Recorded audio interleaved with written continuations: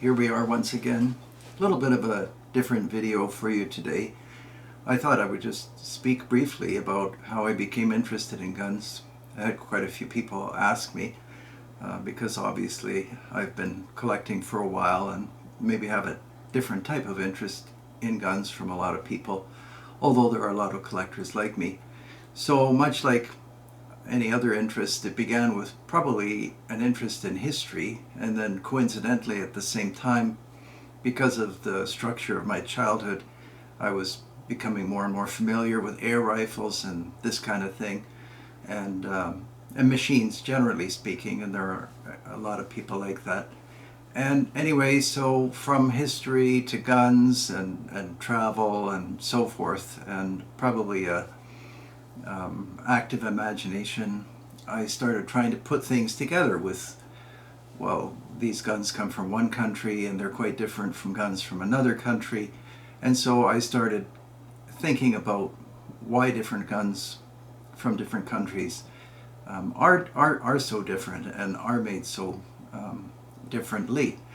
In any event, then when you get into it, well, you start thinking about the people that made the guns. Logic kind of prevails, as it usually does, but you never get to meet the people from all the other countries that made guns, and a lot of the countries like Austria and Germany, Japan, United States, England, they figure greatly in history, and but unfortunately most of the time we only meet one another either in war, frankly, or maybe in sport like the Olympics, which is maybe another form of war in a way.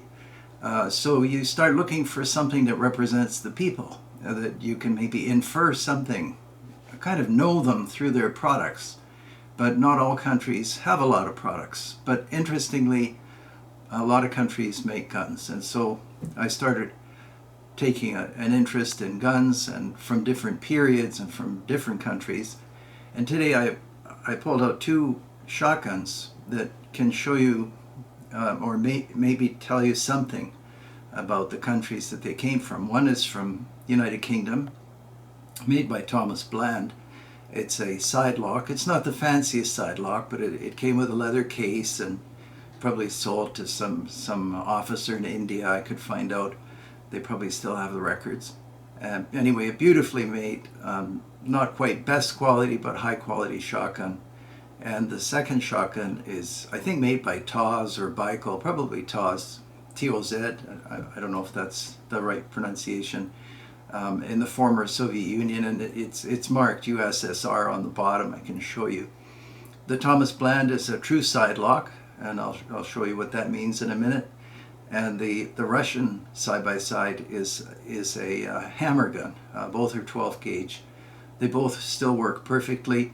And I'll now shift to the guns themselves. So here's the Thomas Bland, and I may have shown you this shotgun before, and I probably gave the video the title "The Best Guns on Earth," and that may not be far off the truth. The care and attention that goes into these British guns is phenomenal. The quality of the wood and the metal finish, the rust bluing, the checkering.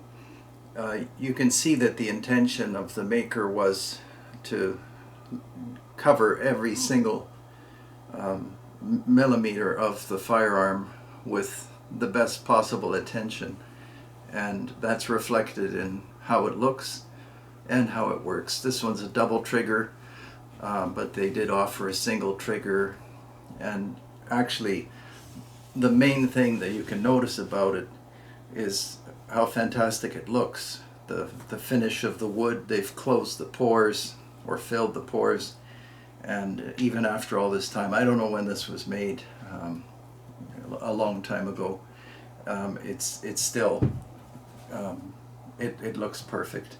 And a typical Silver's recoil pad. I believe this is an ejector. Yeah, it's an ejector. And everything about it is solid. There's nothing giving way. I kind of examined it before filming, but actually none of my British doubles have come undone, and everything is, yeah, I mean, it's fitted perfectly. I guess it must have been color case hardened originally, and all the surfaces are initially perfectly machined and then fitted by hand, so everything is the way it should be. And in any event, so there's the Thomas Bland, and then you can see the side locks, so I'll bring that to your attention. So you can imagine, as we look at the Russian shotgun in a second, or the Soviet shotgun, this would be approximately where a hammer would have been. But then people decided a hammerless design is desirable, and a considerable amount of work was invested in designing side locks to get away from the side lock hammer gun. I mean, this is a side lock here as well.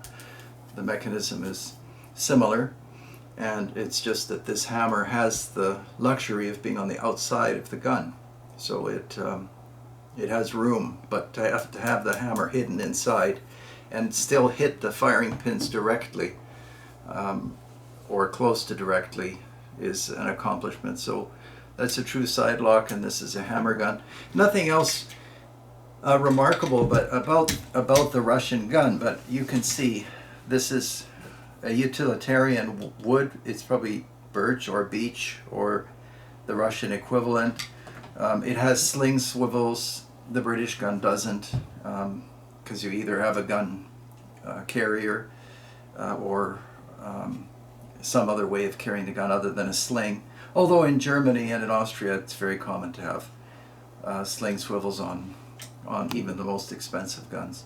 And this sling swivel is actually secured by a little nail. Now I don't know. I don't know what a Russian nail looks like, but that's probably just a nail somebody put in there, because the pin must have fallen out at some point. And then the pistol grip cap's some kind of bakelite, and the check ring, well, it's been compressed by something, but it's it's utility grade check ring, because this is a tool. The British gun is a work of art, and this is a hard-working tool. And actually, when you handle the Russian gun, you have that same feeling of invincibility.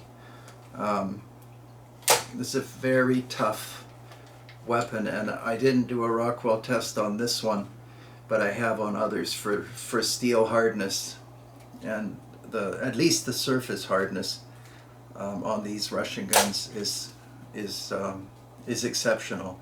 They won't come undone anytime soon, and they've done some kind of unusual angular shaping to the hammer and to the top lever, but that's just a styling thing. The pistol grip is actually quite closed. Open grip would be this. I mean, this is a straight grip, but the closer you get to straight, the more open the grip is. And I think the closed grip is fine. Maybe somebody would argue it's not perfect for a double trigger shotgun, but altogether it doesn't matter. Front trigger right, rear trigger left. That's kind of standard. The firing pins are not bushed. That means, let's see if this one is. No, neither of them are. You'll see some shotguns with bush firing pins. That just means there's kind of a washer around the firing pin, because sometimes the primer over time, there are little flames that come out and cut the surface just around your firing pin, so you can remove a bushing and replace it. But neither of these have bushed firing pins. And then kind of a greener crossbolt on the Russian gun, but I don't even think it's really necessary. So this pin slides into this hole to give further security, but it has solid bites on the bottom. It's not going anywhere. And yeah, it's hard to convey how solid this is. It has a solid solid rib that's not ventilated, and it's not swamped. Some of them are swamped. A swamped rib is when a rib dips down. Some people like those. This one is flat across the whole length, and they put some machining here to get rid of glare. The the bland actually is just polished blue. So and this is clever machining. It doesn't look like much to create that matte surface, but they did.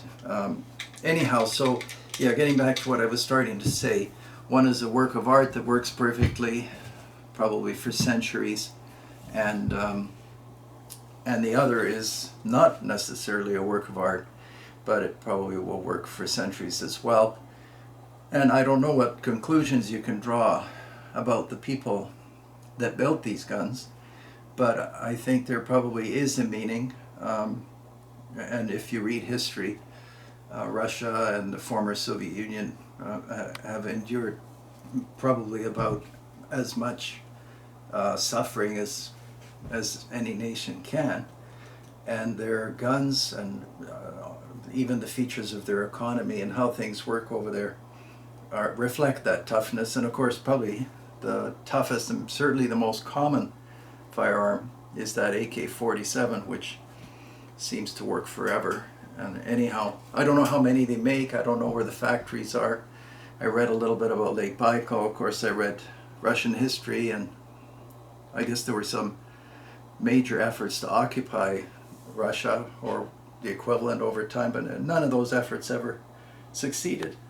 And the firearms kind of reflect that invincibility, that toughness. So, or at least that's what I see, in, correctly or wrongly. But I thought that's worth sharing with you because it's quite a contrast. Who knows which one will stop working first? But they're both fantastic firearms, and in their own way are quite good to own and use. And by the way, I like these hammer guns. They put a lot of effort into the side lock, and that's lovely. I guess there are no hammers, but I have no problem with hammers.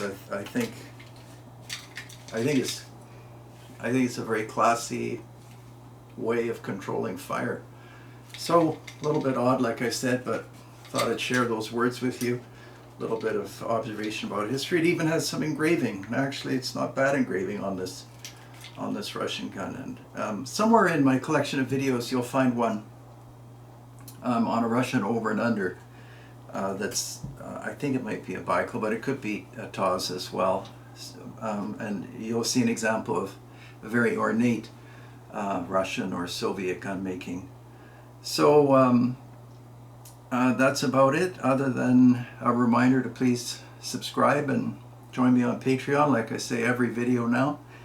I think that covers everything. And thank you for watching, and for Russian viewers, spasiba. I hope I said that correctly. We'll see you next time.